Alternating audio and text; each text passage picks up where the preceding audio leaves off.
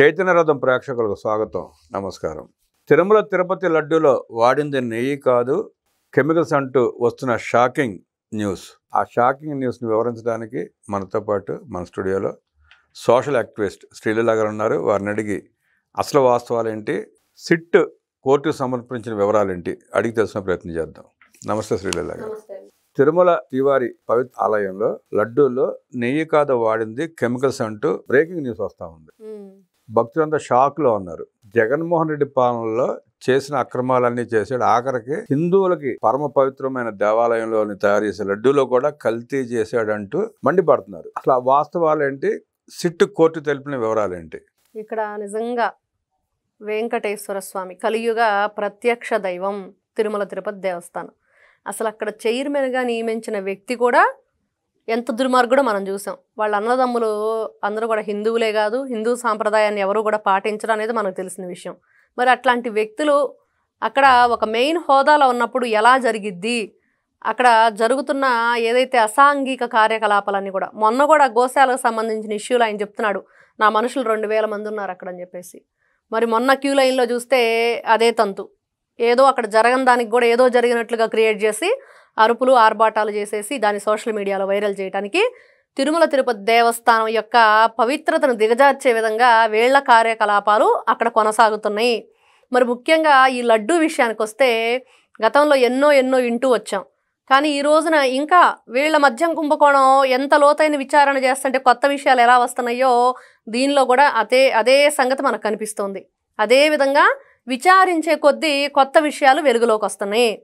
ఈ రోజున ఏదైతే సిబిఐ సిట్ విచారణలో తెలిసిన నిజాలు, వీళ్ళు గతంలో మేము చాలా పవిత్రంగా చేశాము, అసలు మాకు మించిన పవిత్రత ఎవ్వరూ కూడా అక్కడ చేయలేరు అన్నట్లుగా డంబాలు బలికి డబ్బాలు కొట్టుకొని ఈ రోజున విచారణకు వచ్చిన తర్వాత దానికి ముఖ్య సాక్షులుగా ఉన్న వాళ్ళని కిడ్నాప్ చేయటం, వాళ్ళని తీసుకెళ్ళిపోయి దూరంగా కూడా వేరే రాష్ట్రాలకి తరలించటం, ఈ విధంగా చేస్తూ అసలు కల్తీ నెయ్యి అన్న దానికి, నెయ్యి అంటే ఇప్పుడు మనం పాల నుంచి ప్రాసెస్ చేసి తీసుకుంటాం, కానీ వీళ్ళు చేసింది ఏంటి, అసలు ఈ బోలేబాబా అనే కంపెనీకి సంబంధించి ఎవరు కూడా పాల ఉత్పత్తిదారులకు సంబంధించిందే కాదు, పాలు ఎవరైతే రైతుల దగ్గర నుంచి పాలు కొనటం కానీ దాని ప్రొసీజర్ కానీ ఏది కూడా జరగదు, కేవలం పామాయిలు ఈ రసాయనాలతో కొన్ని కలిపి ఇట్లాంటివన్నీ కూడా నెయ్యి లాంటివి తయారు చేసి ఈఏఆర్ డైరీనో వైష్ణవి డైరీ వాళ్ళకి వాళ్ళు తయారు చేస్తున్నట్లుగా పంపించినట్లు సరఫరా చేశారు.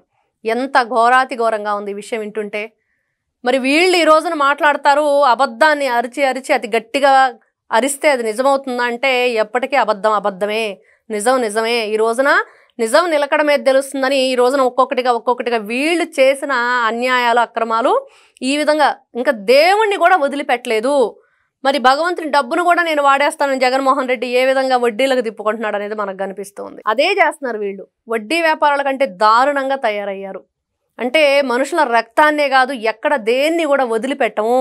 చివరికి మనం చూస్తే పోలీసులు జాగిలాలకు సంబంధించిన ఫుడ్ను కూడా ఏ విధంగా చేశారు. ఇట్లాంటి వ్యక్తులు ఏం చెయ్యాలి, ఏ విధంగా శిక్షించాలంటే ఈ రోజున ఆ భగవంతుడు శిక్షించటం వల్లే 11కు పరిమితమై పక్కన కూర్చున్నారు. ఇట్లాంటి వ్యక్తుల గురించి ఈ రోజున కల్తీన ఈ విషయంలో కొత్త విషయాలు, అంటే వీళ్ళు వేరే వాళ్ళ పేరు మీదుగా అఫిడవిట్ దాఖలు చేయటం, మాకు ఏ సంబంధం లేదు, అసలు దీంట్లో అంతా కూడా మేము కల్తీ చేయలేదని. కానీ ఆ వ్యక్తికి ఆ పేరుకు సంబంధించిన వ్యక్తిని విచారించినప్పుడు నేను అఫిడవిట్ దాఖలు చేయలేదని వాళ్ళు చెప్పటం, ఇన్ని విధాలుగా వీళ్ళు ఒక తప్పు చేసి దాన్ని కప్పుపుచ్చుకోవడానికి 100 రకాల తప్పులు చేస్తున్నారు. కాబట్టి తిరుమల తిరుపతి దేవస్థానం విషయంలో వీళ్ళు చేసిన తప్పు క్షమించరానిది, వీళ్ళ కఠినమైన శిక్ష వేయాలని ఈ రోజున ప్రజలు కోరుకుంటున్నారు. లడ్డూలోనే నెయ్యి బదులు కల్తీ ఆయిల్ వాడిన వీళ్ళు శ్రీవారి ఆస్తులు, లక్షల కోట్ల రూపాయల ఆస్తులు ఉన్నాయి. బంగారం, వజ్రాలు, వైడూర్యాలు, స్థలాలు, పొలాలు, బ్యాంక్ అకౌంట్లు, లక్షల కోట్ల విలువలైన ఆస్తులు ఉన్నాయి. అవన్నీ సక్రమంగా ఉంచి ఉండారంటారా, లేదంటే వాటిలో కూడా దోపిడీ జరిగి ఉంటుందంటారా? ఖచ్చితంగా చేస్తారండి. వీళ్ళని ఎక్కడ నమ్మటానికి లేదు. గజ దొంగలు అంటే ఇళ్లల్లో పడతారు, వీళ్ళేమో రాష్ట్రంలో పడ్డారు. రాష్ట్రాన్ని సర్వనాశనం చేయడానికి తయారైన దోపిడీదారులు, దగాకోరులు. వీళ్ళని ఏ పేరు, కనీసం దోపిడీ దొంగలు, దారి దొంగల కన్నా కూడా ఇంకా ఆ పేరుకు కూడా వీళ్ళకి ఇదిగారు, అంతకంటే దారుణంగా దోచుకున్నారు.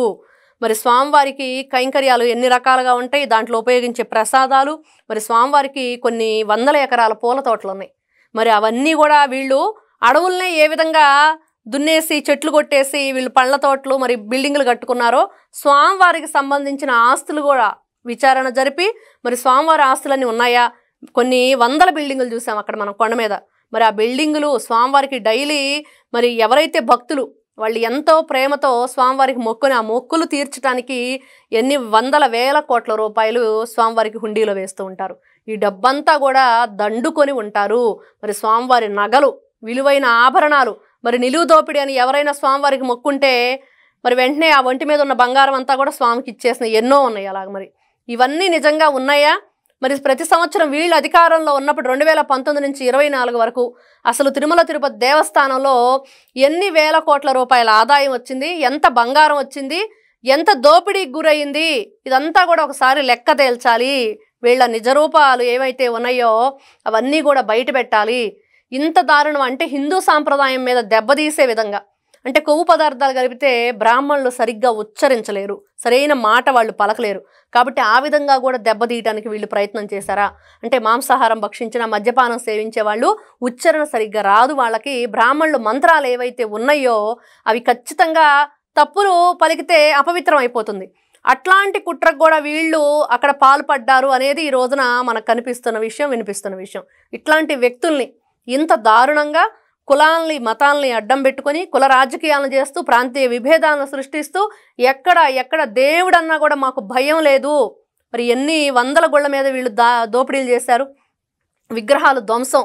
మరి సాక్షాత్తు విజయవాడ కనకదుర్గమ్మ వారి వెండి సింహాసనానికి సంబంధించిన సింహాలు మరి కొడాల నాని మాట్లాడాడు, పోతే పోని బొమ్మ సింహాలే కదని మాట్లాడాడు. ఎంత దుర్మార్గం! ఈ రోజున వీళ్ళంతా కూడా ఎవరైనా సరే వదిలిపెట్టచ్చు కానీ భగవంతుడు వదిలిపెట్టడు. భగవంతుడు ఏదైతే కన్ను ఎర్ర చేస్తే వీళ్ళంతా భస్మం అయిపోతారు. కాబట్టి ఒళ్ళు దగ్గర పెట్టుకోండి. ఇకనైనా మీరు అరిచే అరుపులు, అబద్ధపు అరుపులు ఆపేయండి, నిజం ఒప్పుకోండి, లేదా కటకటాలు పాలవటం మాత్రం ఖాయం. భగవంతుడి శిక్షకు మీరు అర్హులవటం ఖాయమని ఈ రోజున మనకు కనిపిస్తుంది. ఆ మధ్య పరకామణిలో పనిచేసే ఓ ఉద్యోగిని ఇంట్లో ఏసీబీ రైడ్ చేస్తే కిలో లెక్క బంగారం దొరికినట్టుంది. అన్ని మతస్థురాలని కావాలని వాళ్ళు ఆ పరకామణిలో ప్రవేశపెట్టి ఆమె ద్వారా వీళ్ళు కొంత బంగారం దోచుకుంటే వీళ్ళని అడ్డం పెట్టుకుని ఆమె కొంత దోచుకున్నట్టు సమాచారం. ఆ లెక్కన దేశవ్యాప్తంగా ప్రపంచంలో కూడా చాలా చాలా స్వామివారికి ఆస్తులు ఉన్నాయి. దేశవ్యాప్తంగా ఉన్న స్థలాలు, పొలాలు, బ్యాంక్ అకౌంట్లు, ఇందాక అనుకున్నట్టు బంగారం, వజ్రాలు, వైడూర్యాలు, వీటన్నిటి మీద దర్యాప్తు చేసి సమగ్రమైన నివేదిక కావాలని ప్రజలు కోరుకుంటున్నారు తేల్చమని చెప్పి. ఇది జరిగే అవకాశం ఉందంటారా? ఇక్కడ మనం గతంలో చూస్తే ఏదైతే మీరు అంటున్నట్లుగా రెవెన్యూ కానివ్వండి, ఆ డిపార్ట్మెంట్ వాళ్ళు సజ్జల రామకృష్ణారెడ్డి, పెద్దిరెడ్డి రామకృష్ణారెడ్డి వీళ్ళు భూ ఆక్రమణకు పాల్పడ్డప్పుడు రెవెన్యూ డిపార్ట్మెంట్ కూడా భయపడింది. అక్కడ ఏదైతే రెవెన్యూ సంబంధించిన కొలతలు ఆ విషయంలో కూడా వాళ్ళు కూడా వెనకడుగు వేశారు.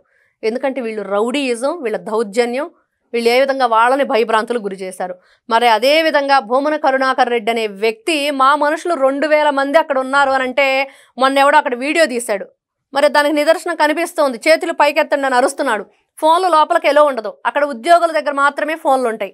మరి అక్కడ ఉద్యోగి తీశాడు, అది భూమన కరుణాకర్ రెడ్డి మనిషి మాత్రమే అనేది వెల్లడైపోయింది.